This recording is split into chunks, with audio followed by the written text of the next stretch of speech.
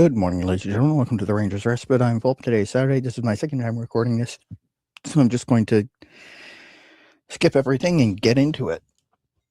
Today I'm talking about Hardshore Distilling Company's, Lost Lanterns Hardshore Distilling Company Single Barrel. That is 2026 D4. It's part of the Discovery Club. This is a straight oated bourbon, which is different. I've never had an oated bourbon before this. It's 4 years old, aged in a 53-gallon barrel. It's 62% corn, 35% oats, and 3% malted barley. It is one of 206 bottles. Let's start by looking at the color. It's got a nice ruby color. On the nose, you can definitely catch all of that 66.1% alcohol by volume. It is a little bit sharp. But you've got sort of the classic bourbon, like, you smell it and you go, okay, yeah, that's bourbon. But it's got some earthiness to it. It's got something like instant oatmeal with like cinnamon brown sugar. Maybe something a little bit slightly different kind of sweet, like a syrupy sort of.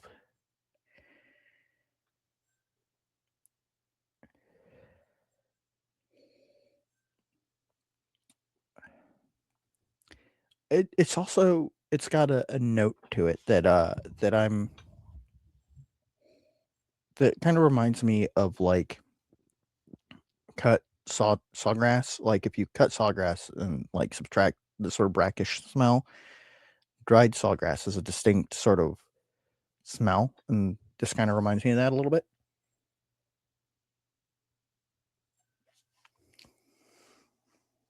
Mm-hmm. Yep. So you've got this core, like classic bourbon flavors, caramel, a little bit of like oak tannin, a little bit of vanilla, and then around it you've got cinnamon brown sugar, oatmeal, something slightly syrupy, like pancake syrup maybe, or I don't want to say maple syrup because that, it's from Maine. I don't want to be too stereotypical, but yeah, a little bit of like maple syrupy maybe. Coming back to the nose, there's usually coming back to the nose, I get like an amplification of things that I found on the palate, but I come back to the nose on this and it's all like sort of a buttery popcorn note, if that makes sense. Sort of a weird, I don't know. I don't know where that came from.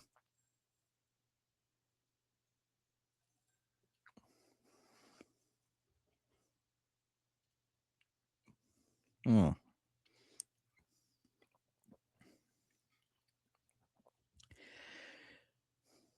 I can get a little bit of that on the palate, but it's still mostly like cinnamon brown sugar, instant oatmeal,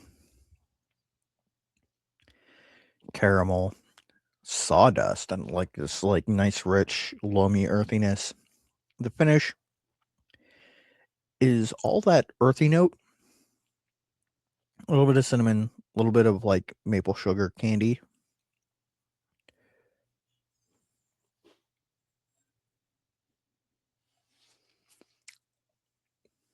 Mm.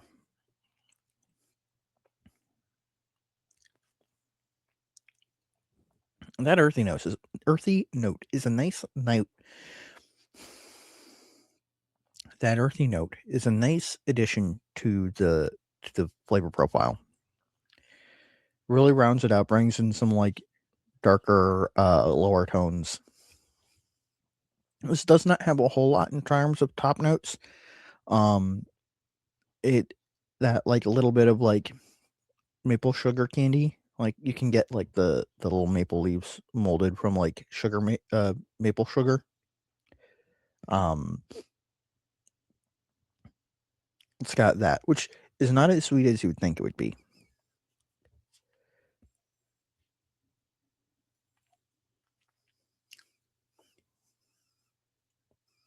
Those may be more of a Vermont thing than a Maine thing, though. Hey, Adam, you're in Vermont. Um, can you confirm or deny that like little maple shaped sugar candies that are like made from maple sugar is more of a Vermont thing or a Maine thing, or just a New England in general thing? Thank you. Anyway, making this quick, I always ask and answer 3 questions. The first one being, do I like it? Yeah. I'm not going to lie. This isn't I'm not a big bourbon fan in general. I have a lot of it because it's the most commonly produced craft whiskey in the United States. Um, but this is a little bit different. It brings a lot to the table that isn't just your usual oak, caramel, vanilla, you know.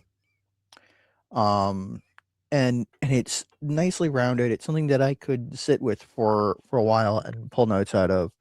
And it does kind of make me think about what's in the glass and sort of you know what's in there that I can enjoy.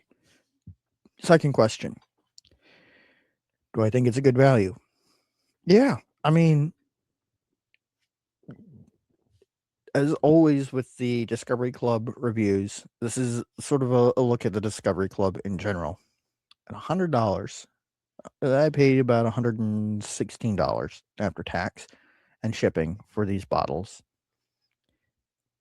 And I'd say that they're all worth it to me because it's all stuff that I would likely not be able to have otherwise.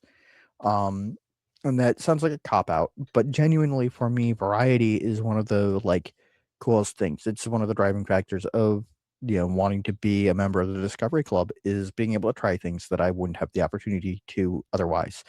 And it's always a fantastic whiskey. This bottle in particular, I'd say, is worth every bit of that. Um, and I have been accused of being a Lost Lantern shill, but I promise they don't sponsor me yet.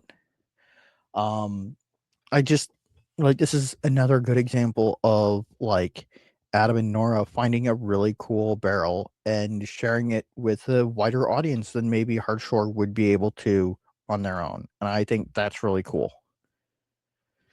Third and final question is, do I recommend it? As always, this is sort of a blanket recommendation for the Discovery Club. And yeah, you should, I think. If you are interested in trying different whiskeys, if you are interested in expanding your horizons, as it were, this is a fantastic way of doing it. They're moving to an every other month sort of subscription this coming month.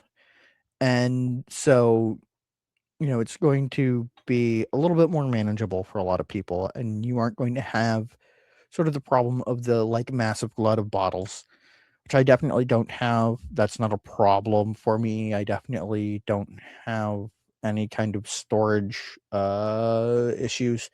Definitely don't look at the TV stand that most of my TV is blocked by bottles, or the shelf over my bed that's full of Virginia whiskey, or underneath my bar or the top of my mini fridge or anything else. Yeah, no, I definitely don't have a problem with that.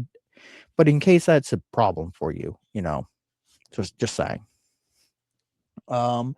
Anyway, I've milked this video out to 9 minutes, and I probably should just call it a day. So until next time, ladies and gentlemen, thank you for tuning in and listening to me talk about this really kind of interesting and different bourbon. I'm a big fan of alternative grains. I really need to get a bottle of that Thresh and Winnow millet whiskey. I'm surprised more people aren't doing stuff with oats. Anyway, I'll stop getting distracted. Ladies and gentlemen, thank you for tuning in. Until next time, stay happy, stay geeks. Sláinte.